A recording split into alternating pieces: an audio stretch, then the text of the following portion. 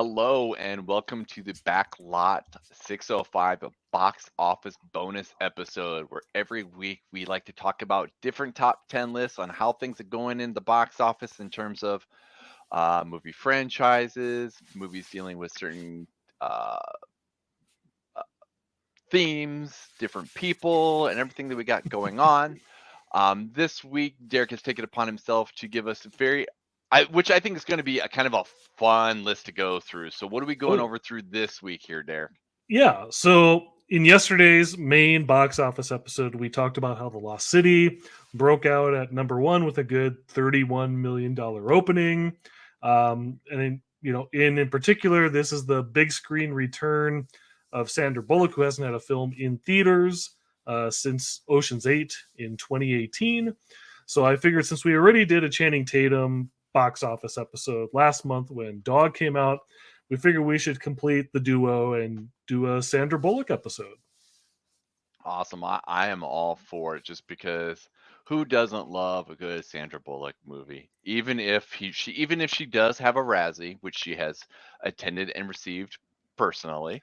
See, Um, and that's a big thing. She picked it up in person and she came out with that wagon with DVD copies of All About Steve to give to everybody. I mean, that was so charming. And then the next night she won an Oscar, which is still incredible. So, Right. How many people can win a Razzie and then the next night win an Oscar for two separate movies?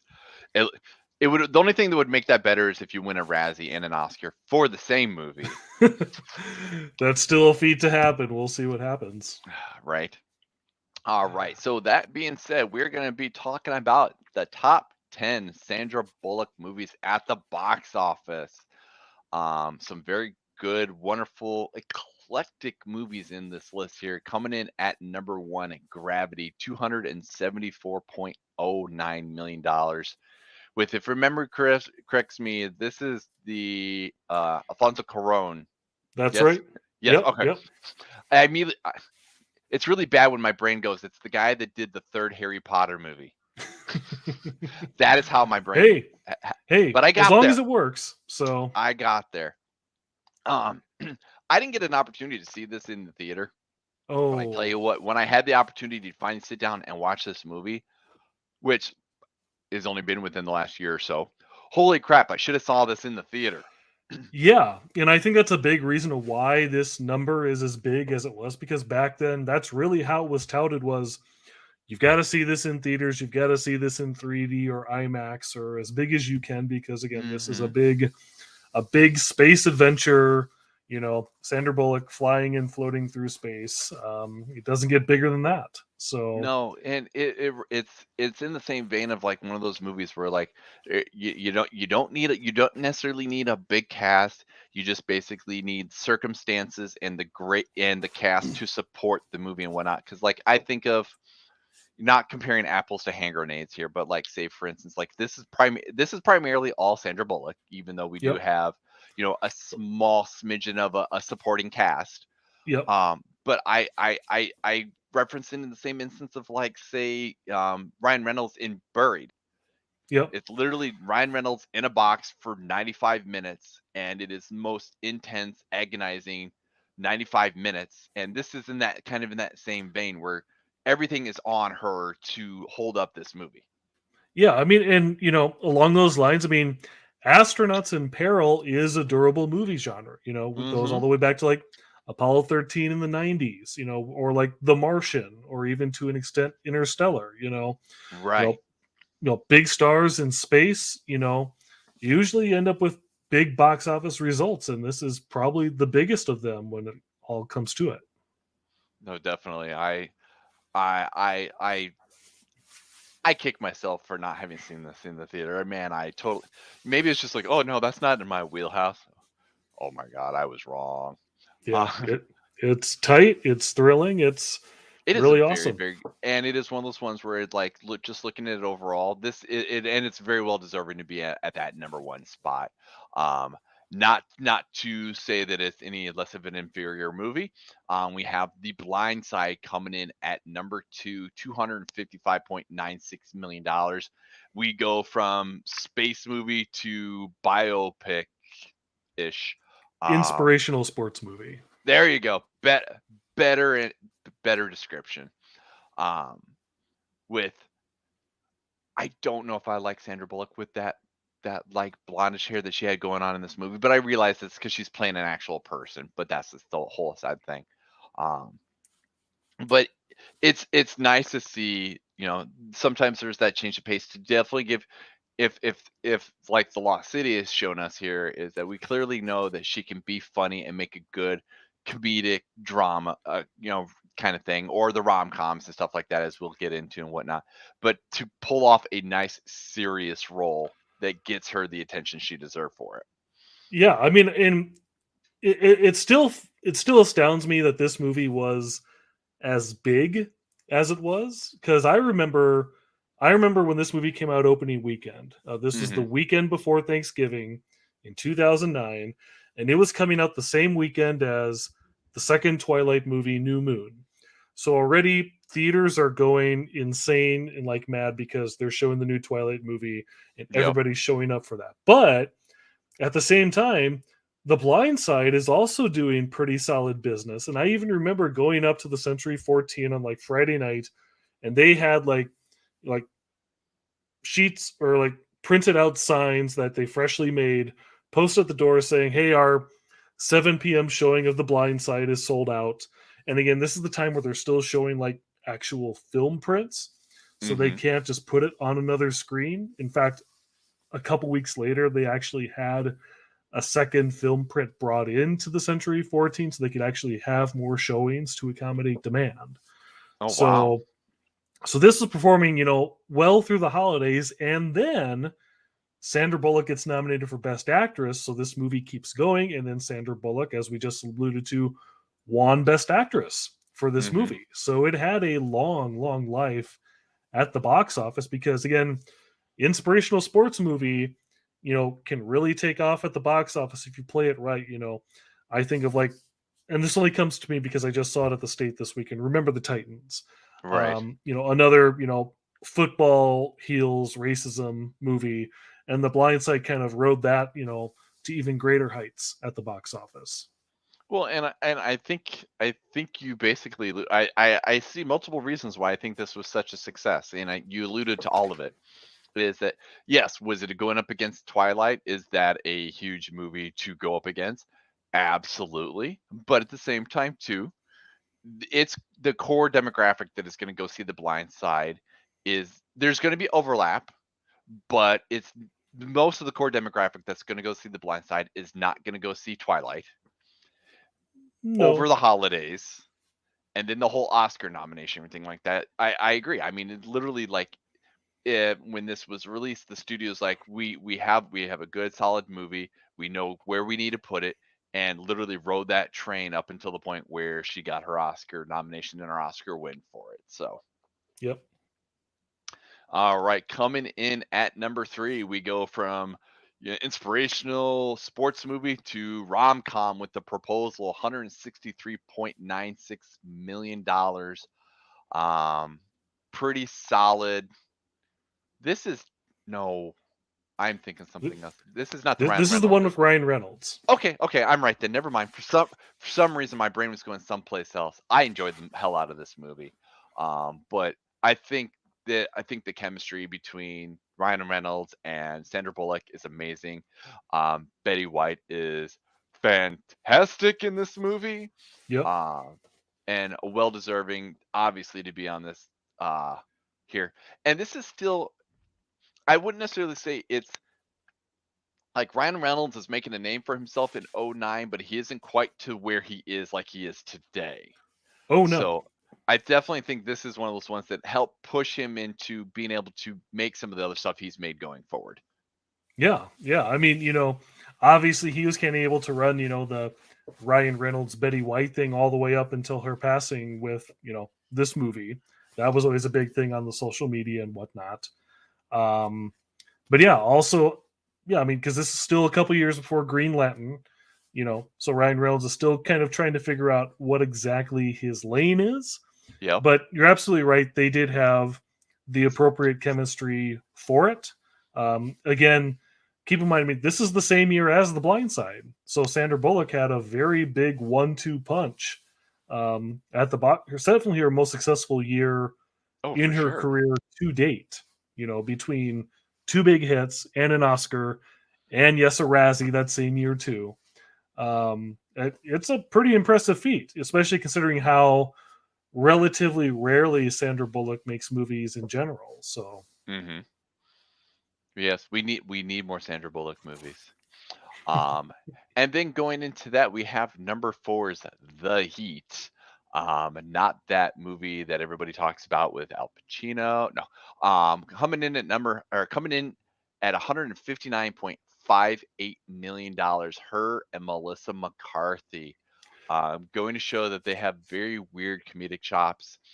I will tell you, I never finished this movie. There were times where I felt it was a little rough, and maybe that's on me, but maybe I need to go back and revisit it. I think it's a pretty solid movie. Again, Sandra Bullock knows how to find strong comedic partners for comedy chemistry, and Hmm. McCarthy is just a force of nature in this, because this is like her first big movie after Bridesmaids. Um, That's you know, true. and And again, maybe this is that's why I didn't quite got there yet with Melissa McCarthy yet. yeah, or actually, I shouldn't say she had Identity Thief a few months before this, but then The Heat came out, which is a much bigger hit.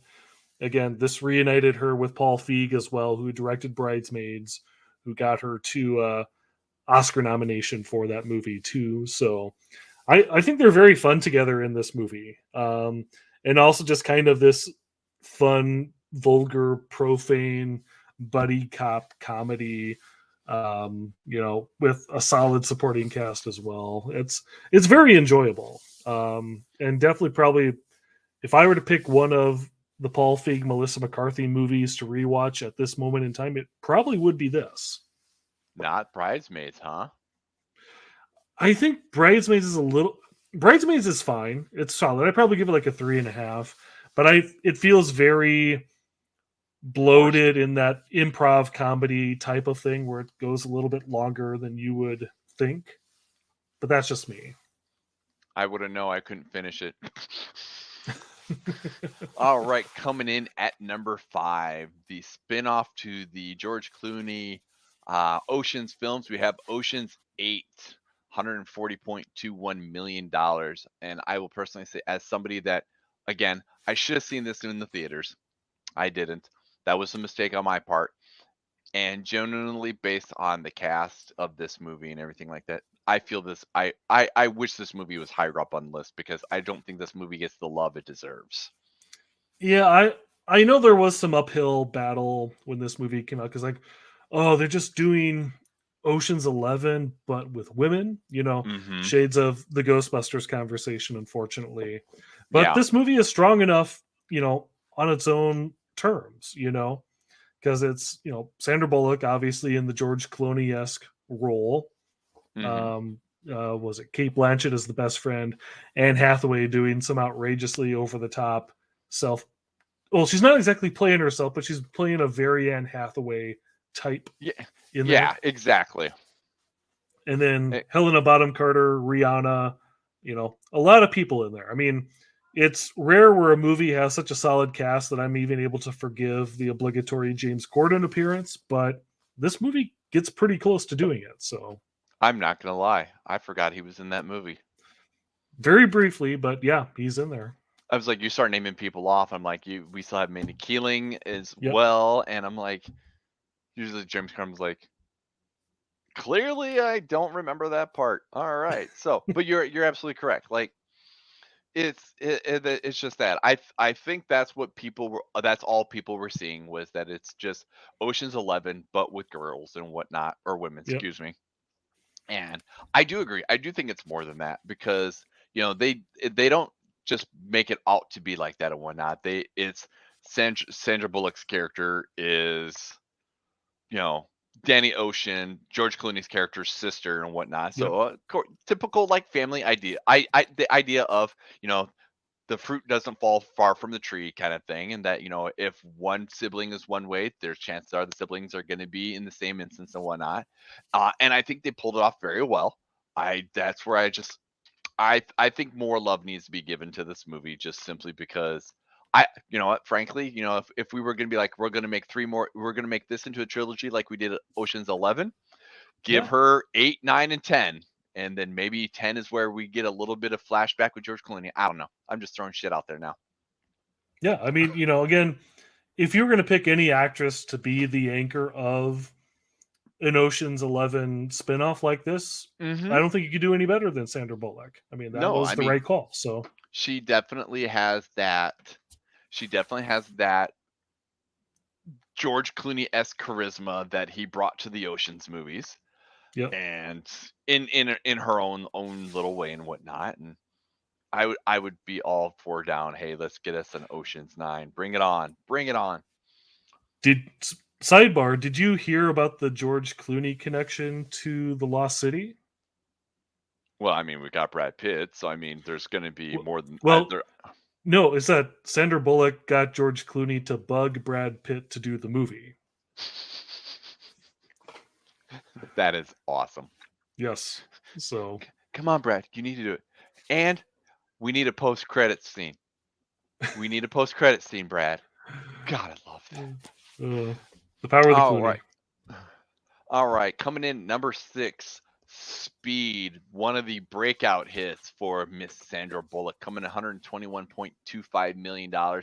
Clearly, she's on the supporting end of this movie, but this is not a movie to garner as a miss for her, just because, well, frankly, it's Speed and it's amazing, and this is early Sandra Bullock, and again, it's Speed. Yeah, I mean, again, I wouldn't even say she's supporting. She had above the title billing. She was third Okay, bill. okay. Oh, Keanu Hopper Bullock. yeah, So I would agree. I would agree. I would call it a co-lead. I yeah, stand corrected. yeah.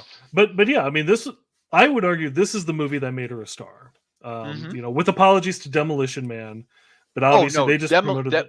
Demolition Man is straight up a supporting role. Yeah, Absolutely no. Demolition Man is fun. I enjoy me a Demolition Man any given day for if you're talking for 1994. But I would agree, Speed is the one that says, "Oh, we need to keep an eye on this one." yeah. I mean, she comes in, she kind of steals the show in her role. It's very much you know, an instant America sweetheart type of role, and obviously, you know, having that chemistry with Keanu Reeves, which they, would lead to further repairings like the Lake House and not Speed 2, infamously.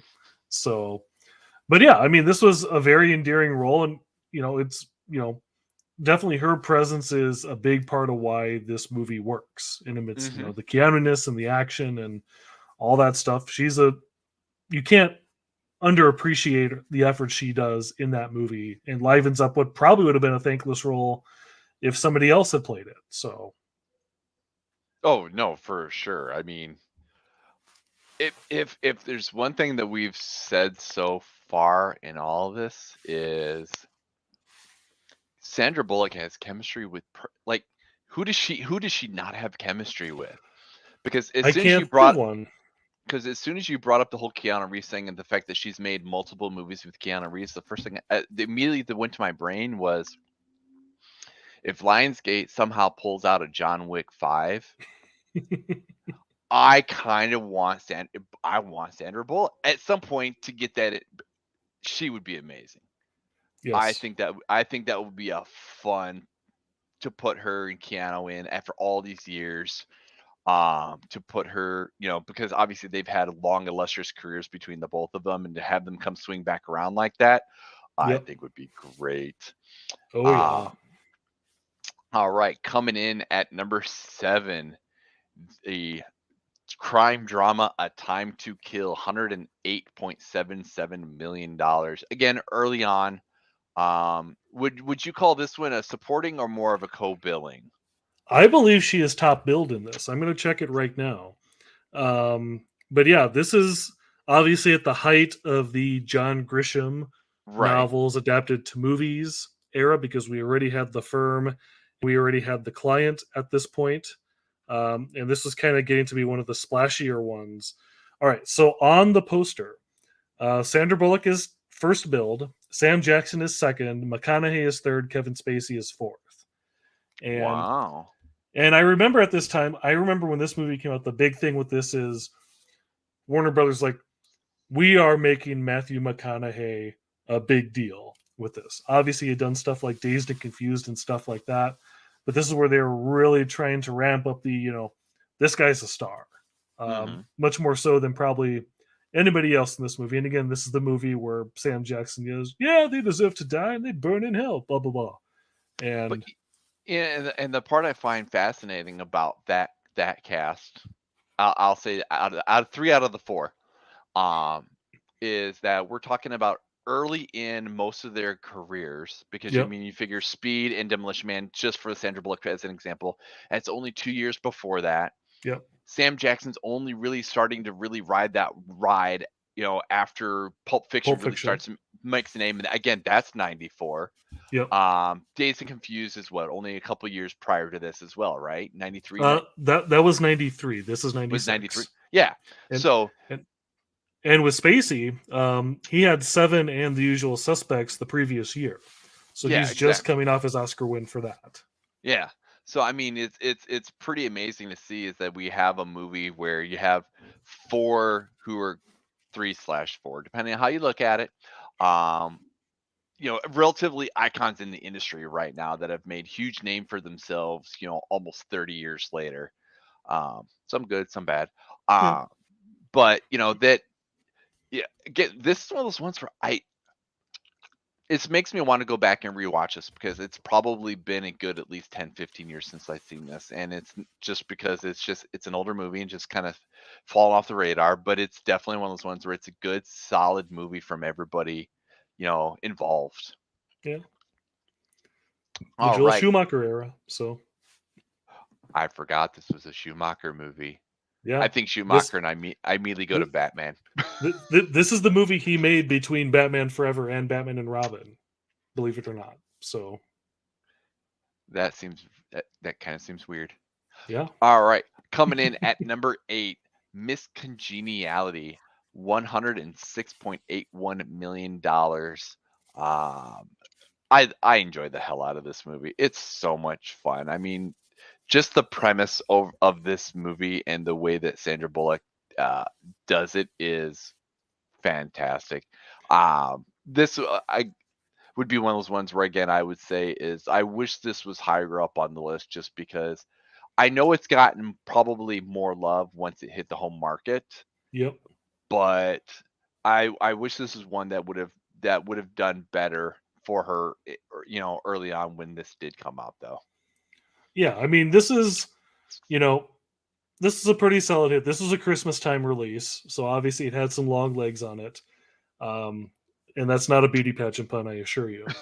But it really kind of showed, like that Sandra Bullock can really play in the pure comedy space, not Hmm. just like rom com type things, but actually just doing, these high concept things like, oh, what if Sandra Bullock did a beauty pageant type thing? And also she's an FBI agent or whatever. Um, Right. you know, and we were talking about this with the Lost City, and like you mentioned how like some of her physicality in the Lost City was reminiscent of what she demonstrated in Miss Congeniality, which again, I haven't seen this movie in a long time, but I do remember enjoying this when it came out, and I'm sure it would still hold up pretty well if Hmm. I were to rewatch it too, because again, Michael Caine, kind of steering her through stuff. William Shatner, with one of his most appealing non-Star Trek movie roles. So Right. it's got a lot going for it. The more I think about it. I know it's one of those ones where again, it's kind of like with A Time to Kill. It's not one that I think of off the top of my head to be like, all right, I need to go back to watch this and whatnot. And that's not to say that it's not a good movie and whatnot. It's just that if anything has clearly been said so far as we get into the lower half of this top 10, is Sandra Bullock has a lot of good, solid movies across her entire filmography Yep. that sometimes it's hard to go back to other ones just because you gravitate towards certain kinds of movies and whatnot. And like for instance, if you're into space and sci-fi and whatnot, you're like, I'm gonna look into Gravity, for example. Yep. Just everything that she's got going on. So I I agree. I think I need to sit down and just watch both these Miscongeniality movies, just because it's probably been a hot minute since I've seen that one. Yeah. All right, coming in at number 9. One I honestly had to look up because I couldn't remember what it was. 2 week notice, $93.35 million. The Sandra Bullock Hugh Grant movie, because oh my God, Hugh Grant's here. Um, I will flat out say this is early 2000s. This is not the kind of movie, if I was going to go watch a Sandy B movie, this is not what I was going to go see. So I know nothing other than the fact that it's clearly a rom-com, because you can't say rom-com or a movie with like Sandra Bullock and Hugh Grant and not be like, this is a serious dramatic movie. No. I mean, again, much like Miscongeniality, this was a Christmas release. Back at the time, it was going up against Two Towers, so clearly holiday counter programming at its finest. And this is from the same guy who wrote Miscongeniality as well. So again, Sandra Bullock is finding that area to work with in her career in terms of like the typical, rom-commy-ish stuff that, was her bread and butter for a while. It did fine. I will admit I've never seen this movie. So I can't really speak much to it, but it was a decent enough hit. I can't lie, and you could easily see, oh yeah, Sandra Bullock, Hugh Grant, we'll greenlight that. So Right, exactly. And it goes to say is you and I are probably in the same boat when it's like December of 02. This is probably not what you and I were looking at going to go see back in the early 2000s. oh no. This is a busy holiday season because again, it was Two Towers. I know I was very excited for Catch Me If You Can at that time. Gangs of New York was coming out. Yeah, it was a busy time and had to make priorities. So there you go. Sorry, Sandra. And then we come in at number 10, another one that I think I saw years later on TV kind of thing. I don't know if I've even seen the whole thing from beginning to end. While You Were Sleeping, $81.06 million. I assume this is the movie that she does just right after Speed. Yep. This is the one where she saves Peter Gallagher from being hit by a train, but he goes into a coma, and everybody thinks that she's engaged to him, but then she falls in love with Peter Gallagher's brother, played by Bill Pullman. For peak 90s era, you got Bill Pullman. So yeah, I mean, this is definitely coasting off of the. This is her very first. I have to actually confirm this, that this is her actual very first movie after. Yeah, it was. It's her very first lead movie. Yeah, or her first movie overall after Speed. So, because she did this, and then a few months later, she did The Net, which is not on this list, but is also very peak mid 90s. So, Oh yeah, I mean, and it just goes to show that, I mean, like once she hit that groove, I definitely think with Speed and whatnot that the 90s were like, we need to get Sandra Bullock in a lot more, because you agreed, we got The Net, we got this, Practical Magic 98 kind of thing. yep. All I'm sorts looking. of. Go ahead. Yeah, because it was that Hope Floats also in that time period. Speed 2, infamously. Forces of Nature with Ben Affleck. So, Oh yeah, yeah. Hope Flows with Harry Connick Jr. Oh Yes. goodness gracious, Harry Directed Connick by Jr. Forrest Whitaker, if I'm not mistaken. There's only two movies that like I look at Harry Connick Jr. like I need to see that, and that is Independence Day, and it's in what, Copycat with him and Sigourney Weaver. Yes, Sigourney Weaver, Oh, Holly Hunter, and Harry Connick Jr. Yes. all right. So that has been our top 10 Sandra Bullock movies we have for this week at the box office here. Be sure to check us out every week as we discuss more top 10. What do we have going on for next week here, Derek? I'm thinking we might again. Morbius is coming out, so I think we need to rip off the band-aid, and we need to look at the career of one Mr. Jared Leto, see what he's done at the box office. Yeah, we're probably have to talk about Suicide Squad again, but so be it. So, I will be curious to see whether or not his Oscar nominated and Oscar win movie is going to be in that top 10 list. Maybe, Maybe. maybe. Mm, Oscar winning Jared Leto next that's right. week on That's the right. top 10 bonus episode. Be sure to check us out every Monday as we discuss the box office of the week and what's coming out for the week next. See how that's all going to turn out. Be sure to check us out on the social medias, subscribe to the podcast, and be sure to support us over on Patreon. Until next time, we will check you out here next week. See you then. Bye.